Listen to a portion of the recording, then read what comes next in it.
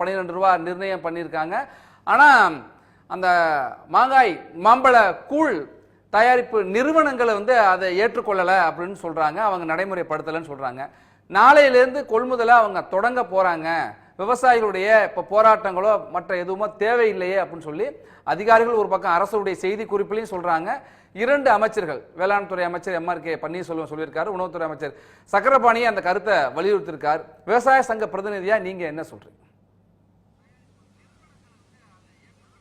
Sir வணக்கம் sir. Sir Tamil Nadu அரசு ஒரு மாம்பழ சீசன் உருவாகிறதுக்கு முன்னாடியே இந்த அரசு நடவடிக்கை எடுத்திருக்கணும்.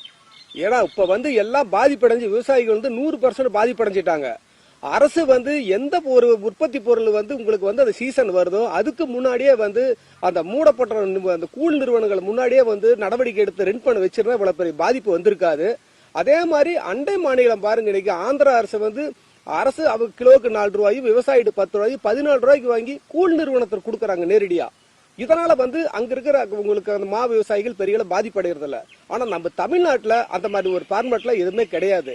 எல்லாம் விளைஞ்சதுனா கொண்டு போய் விவசாயி படாத பாடு போட்டு கடனை வாங்கி செஞ்சு பண்ணி கொண்டு போய் ரோட்ல போற நிலைமை தான் தொடர்ந்து நீடிச்சிட்டு இருக்கு. இதுவரையிலும் சார் இதுக்கு தமிழ்நாடு அரசு முன்னெச்சரிக்கை எடுக்காததே பெரிய ஒரு காரணம். இன்னைக்கு தான் இவ்வளவு பெரிய பாதிப்புங்க சார் மா விவசாயிகளுக்கு. ஏன்னா இது ஓராண்டு பயிருங்க. இந்த வருஷத்துல வர வருமானத்தை வச்சுதான் அவங்க பள்ளிக்கூட பிள்ளைங்களுக்கு ஸ்கூல் ஃபீஸ் கட்டுறது, அந்த குடும்பத்துக்கு தேவையான அத்தனை பொருள்களுமே உணவு பொருள் வாங்கி வைக்கிறது பிடிக்கலுமே அந்த வருஷத்தை கண்டுதான்.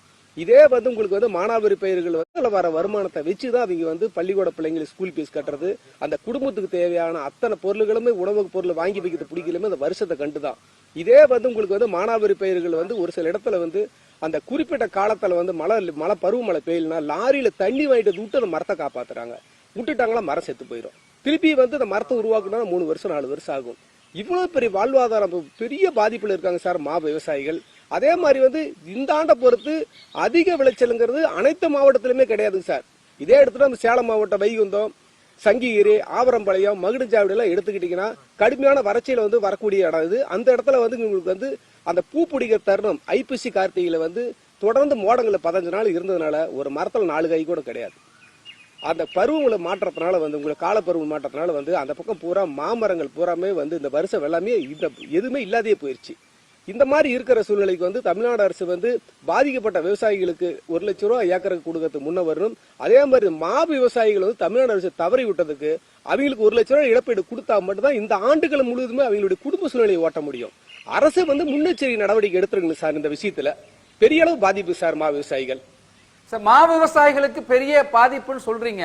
இப்ப அரசுடைய கவனத்திற்கு இதுக்கு முன்னாடி எத்தனை முறை கொண்டு போயிருக்கீங்க? ஏற்கனவே முத்தரப்பு பேச்சுவார்த்தை எல்லாம் நடந்தது. ஆனா அந்த கூழ் தயாரிப்பு நிறுவனங்கள் தான் ஒத்துழைக்கல அப்படின்னு சொல்றாங்களே சார். விவசாயிகள் அரசை நம்பி இருக்கிறோம். அரசு விவசாயிகளுக்கு பாதுகாப்பு கொடுக்க வேண்டியது. உணவுப் பொருள் உற்பத்தி போன்றதா எங்களுடைய வேலை. இதை கட்டமைப்பா தமிழ்நாடு அரசு தான் முன்னெச்சரிக்கை நடவடிக்கை இன்னைக்கு ஒரு வருஷத்துல இவ்வளவு உற்பத்தி அந்த பொருளை என்ன விவசாயி பண்ணுவாங்க, அது எந்த மாதிரி பண்ணணும், எத்தனை கூழ் ஃபேக்டரிகள் உருவாக்கணும், அதை முடிவெடுக்கிறது அரசாங்கம் தான். நாங்க வேலை செய்ய ரெடி, பாடுபடுற ரெடி, உற்பத்தி பண்றோம். எங்களுக்கு அதை உற்பத்தி பண்ற பொருள் விளைவிக்கின்ற விளைபொருளுக்கு அந்த உரிய விலை கொடுக்கறது கவர்மெண்ட் வேலையை. அதுக்கு தான் அரசாங்கத்தை நாங்க தேர்ந்தெடுக்கிறோம் நாங்க. ஆனா அதுக்கு தான் அரசாங்கமே இருக்குது. இதை நாங்க எங்க போய் சார் பண்ண முடியும், செய்ய முடியும்? அதே மாதிரி குறைந்தபட்ச விலை நிர்ணயம் இருந்ததுன்னா இவ்வளவு பெரிய பாதிப்பு இருக்காது சார். 2 ரூபாய்க்கு 3 ரூபாய்க்கு இன்னைக்கு வித்துக்கிட்டு இன்னைக்கு காட்டிலே பறிக்க முடியாது கிடக்குது சார். எவ்வளவு பெரிய பாதிப்பு. இந்த ஒரு வருஷம் எப்படி நாங்க குடும்பத்தை ஓட்டுறது, நாங்க என்ன பண்றது, இதுக்கு மேல நாங்க என்ன செய்ய முடியும்? இந்த வருஷத்துல வாங்கின கடனை இந்த வருஷத்துல கட்ட முடியுமா, இல்ல இதுக்கு மேல வாங்கினா நாங்க என்ன வாழ்வாதாரம், எவ்வளவு பெரிய பாதிப்புங்க சார். தமிழ்நாடு அரசு முன்னெச்சரிக்கை நடவடிக்கை எடுத்துருக்குங்க சார். அதுதான் சார் முறையது.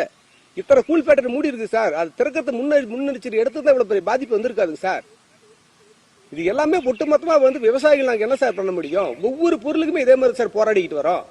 வெங்காயத்துக்கு உரிய விலை கிடைக்கலாம், அதையும் ரோட்ல கொட்டுறது, பால் கட்டுப்பிலாம் கொட்டுறது, மாங்காயை கொட்டுறது, தொடர்ந்து இதே கவலை தாங்க சார் இருக்கு. தொடர்ந்து சார் நம்ம தொடர்ந்து பேசலாம். திரு தங்கராஜ் நம்மோடு பாஜகவுடைய விவசாய மாநில தலைவர் GK நாகராஜ் இருந்திருக்கிறார். அவருடைய